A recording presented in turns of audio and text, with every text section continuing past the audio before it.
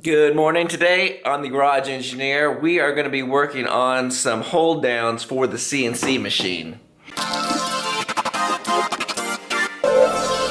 Normally I do one-off pieces or custom or short run pieces, so I don't really need to do repeatable clamping. So typically I use blue tape and the CA glue method, and that works fine.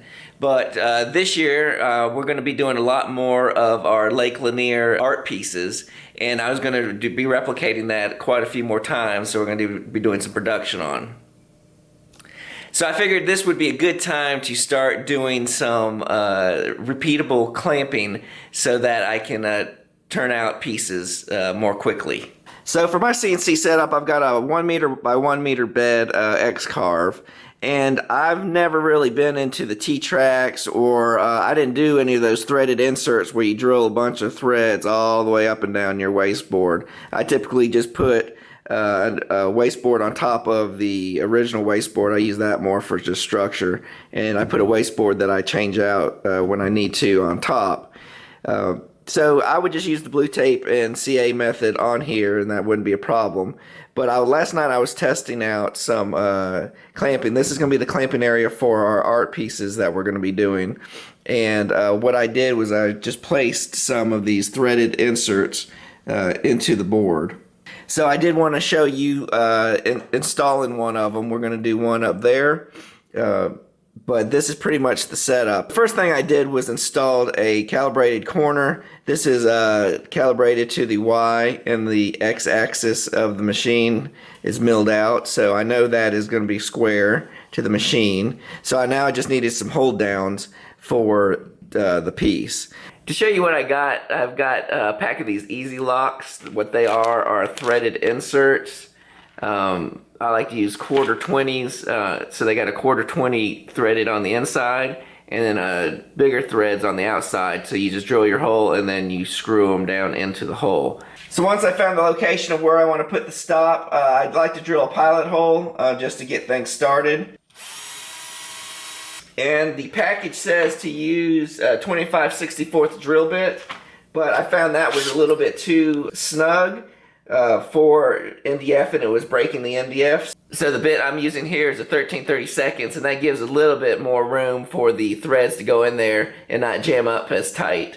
And what I did here is I put a piece of tape. I gave a 3/4 of an inch depth. These are 1/2 inch deep, and then it's going to set it down another 1/4 inch down, so if we have any mistakes in the CNC and it goes into the bed, I won't worry about it hitting it. These are brass, so it won't be as bad, but you still don't want your bit hitting a brass insert.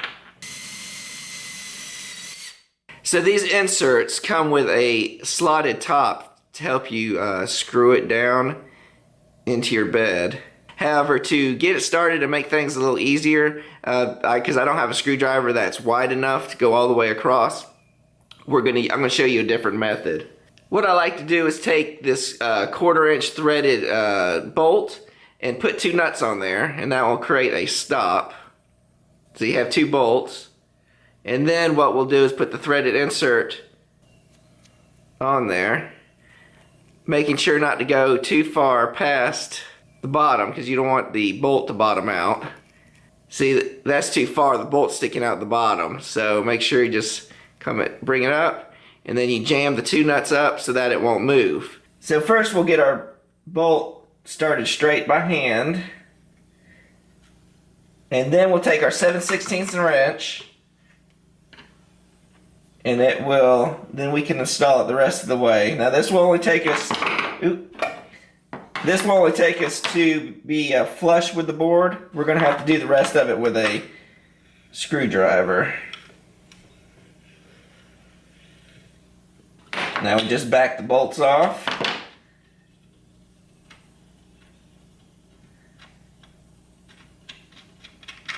Unscrew it, and there we go, we got it flush. So even with my big screwdriver that I've got with the big blade on it, it's just a little bit too short, but it gets the job done to stick down in there. I wish I had one that was a little bit wider so it wouldn't slip.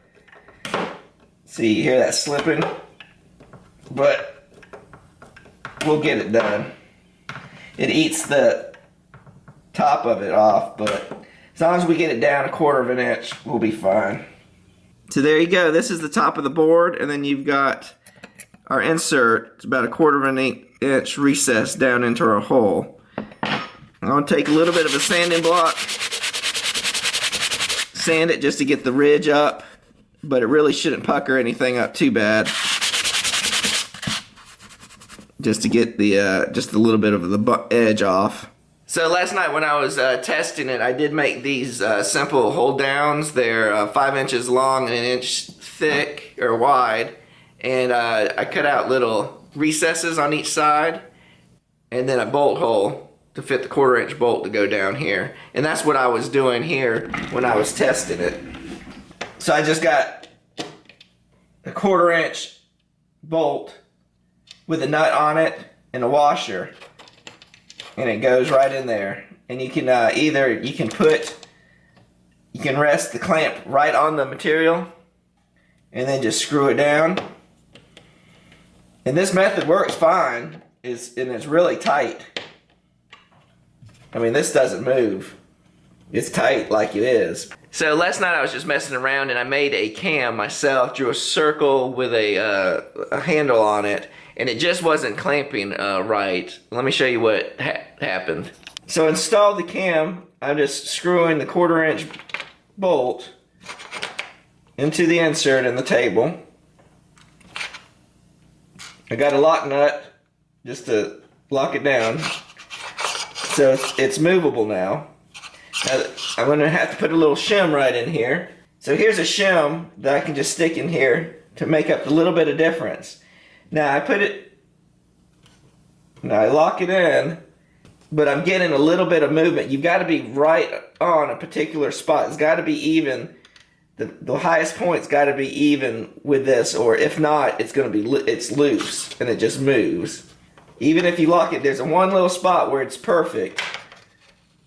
Let's see here if I can get it to, but it's very loose and it doesn't clamp in. And if it's not in that perfect spot, then it's too loose. So I was looking on around the YouTube, and I found a video by Marius Hornberger. See that? And he was talking about a clamp and it having to be a certain distance away from the pivot point. And so I wanted to try his clamps to see if that's any better than the clamp we made, because this is such a big area. So that might fix our problem. So we're going to do the old paper and glue method here, and we're going to cut out, take some Super 77 spray adhesive.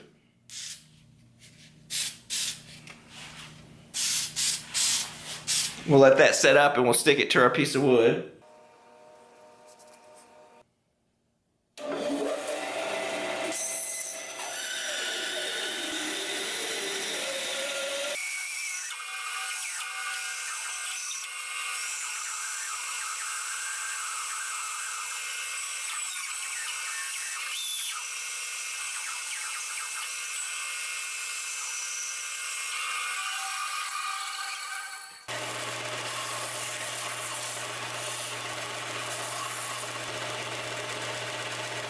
Since we're just doing a prototype, that's why I wanted to just cut out in the bandsaw quick and dirty. Later, if I want to make more of them, we can set up a file to cut them on the CNC. But for now, I just wanted to test this out. So I drilled a hole to accept our bolt. So now we are going to screw it down into our recessed nut here. We'll lock it down with the bolt. So if it doesn't reach your piece, you just put in a spacer. And I think this holds pretty good. So right now all I have it clamped is I've got pressure from the cam going to this side. So I don't really have any up and down strength. But I do have left and right. And it moves a little bit. But it seems to hold a lot better than our bigger cam that I had. It's a lot better. It's not moving as much. So we definitely... I like this design a lot better than the one that we had before. This was just way too big compared to this one. You can see the difference. It's like twice the size. So we'll make a few more of these, but I definitely like these hold downs that we made. here, because it holds it downward and inward. The only issue you have with this is you just got to make sure that the end mill isn't going to hit this when you're doing your engraving, so you can't do any perimeter cuts. So the whole reason to be doing this clamping system is to create a repeatable way to hold down our art that we're going to be making. We are making lake wall hanging art. The biggest lake around here is Lake Lanier in Georgia. And so I'm doing something to represent our area. There's a lot of lake homes in the area that I think would benefit from having this. And I just wanted to show you this is how it's going to be mounted to the board. So when we're cutting everything out, I needed to figure out how to make it repeatable. So that's why we've got everything set up like it is. And now I just wanted to test to see actually where everything is going to hit clamp wise, so it is not to hit the machine. See, and that moves it up a little bit. We'll have to work on that. Maybe we'll flip it over. But that's it right there.